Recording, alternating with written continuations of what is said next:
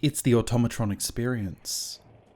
We're tasked with listening to a distress frequency on the radio, but in standard video game fashion, it didn't work for us. Meaning we had to find the location of the quest start with a little help from our friend, the internet. And we found it. Back on track. There's a bunch of wacky makeshift robots shooting all over the place. We pop those dudes and find a lone robot and a collection of dead humans. Ada the lone robot informs us that they were her travelling companions, and the crazy robots were inventions of an entity known as the Mechanist, who you may or may not have heard of if you've played Fallout 3. Ada joins us as a brand new companion, and we unlock a new settlement item called the Robot Workbench. With this, we can create our own affronts to the mechanical gods by combining unapproved and unsanctioned robot parts, and create a deathly robot of destruction and carnage that will strike fear into all those who bear witness to its terrifying visage. But not straight away. So we'll make her red for now, because red goes faster, everyone knows that. And with Racecar Ada in tow, we must track down one of the Mechanist's robo-brains. But on the way there, we're ambushed by an army of rust devils and their unholy abominations who shit all over us with no remorse. After this violation, we find the robo-brain in a factory and eliminate it along with all of its companions and friends. From the body, we receive a beacon, which, once attached to Ada, helps us find the next robo-brain! This beacon will also help you find the Let's Play channel, first link in the description, where we've been doing a playthrough of the entire Fallout 4 and all major DLC, Automatron included. But this disgusting brain in a jar isn't safe in a factory surrounded by loving friends and family. Instead, it's engaged in a battle to the death with the first and only super mutant behemoth we've encountered to this point throughout the entire game. With popcorn in hand and a large cup filled with raspberry Fanta slushy, we sit back and watch the battle unfold. Somehow the robo-brain begins to pull ahead, so we help the behemoth a little bit to even the odds. Once everyone's dead, we walk away the victors with another beacon to help track down the devious Mechanist. But we do have one more robo-brain to hunt down. The robo-brain is at Fort Hagen Satellite Array, which means it's in the hands of the Rust Devils. Doesn't sound like anything a little lemon juice and some steel wool couldn't fix. We find out this one's located in a Rust Devils camp, a brand new sect of raiders who construct their own monstrosities and build their own armor from robot parts. But before attempting the daring raid of this camp, we give Ada a little love, taking her from lovable goof to a terrifying affront to all that is sacred and holy.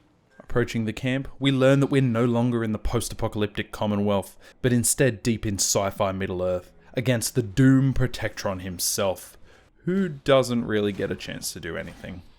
But we learn just how kick-ass Ada's new form is, as she murderizes basically every Rust Devil and robot in the whole camp by herself. Her one weakness? Regular-sized doors or passageways. Inside the depths of the Rust Devil camp, we find a sexy new suit of Exo-1 power armor, and we climb immediately into, and later on, we'll be very glad we did. We find the final robo-brain, who is literally just a brain in a jar attached to a computer. Now, how can I put this as simple as possible, so someone at your processing speed can understand? This one talks to us in its sensual, seductive oh god, I hope this doesn't come back as an issue later.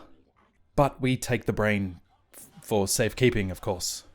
As it's removed, the Lord of Evil himself awakens at the back of the room, a sentry bot who could have taken out the entire institute by himself. We stood no chance. We were going to die. But Ada steps in and absolutely whoops the feck out of this big bitch, giving her no trouble whatsoever. My hero.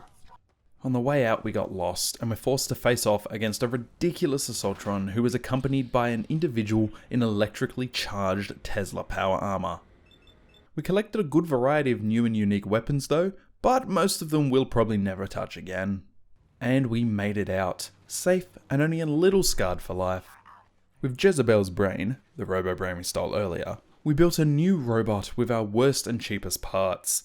This body you've selected for me isn't quite what I had envisioned. Sorry, Your Highness. The royal tailor has been quite ill, and I'm afraid the task fell to me instead. After which she begrudgingly tells us where the Mechanist is located and how to enter their base. You're going to be a brain pate if you don't tell me how to access the Mechanist's facility. There's no need to be rude. We attach a special device to Ada, which will allow her to open the doors in the super secret base.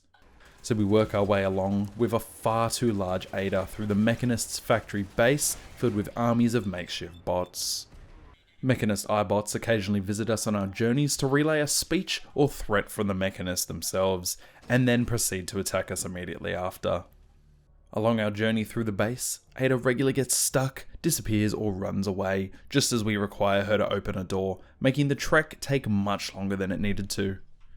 But finally, the Mechanist. We made it here to stop this devious villain. They send waves and waves of makeshift bots at us, and contrary to usual wave-based fights, the robots get weaker and more damaged as time goes on before the power to the building finally goes out. So the Mechanist has no choice but to engage us in conversation, a battle of wits if you will.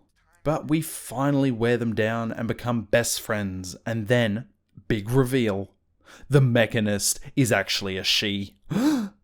But she gives us her cool looking robot armor and everything's all sorted, nothing's a problem for Big Bad Bobby. We wrap up Automatron by kitting Ada out to be a terrifying god robot of destruction who would put our previous robot overlords to shame. And that is the Automatron experience. Stay tuned for both Far Harbour and Nuka World coming in no time. Make sure you subscribe to both this channel and the Let's Play channel, or else.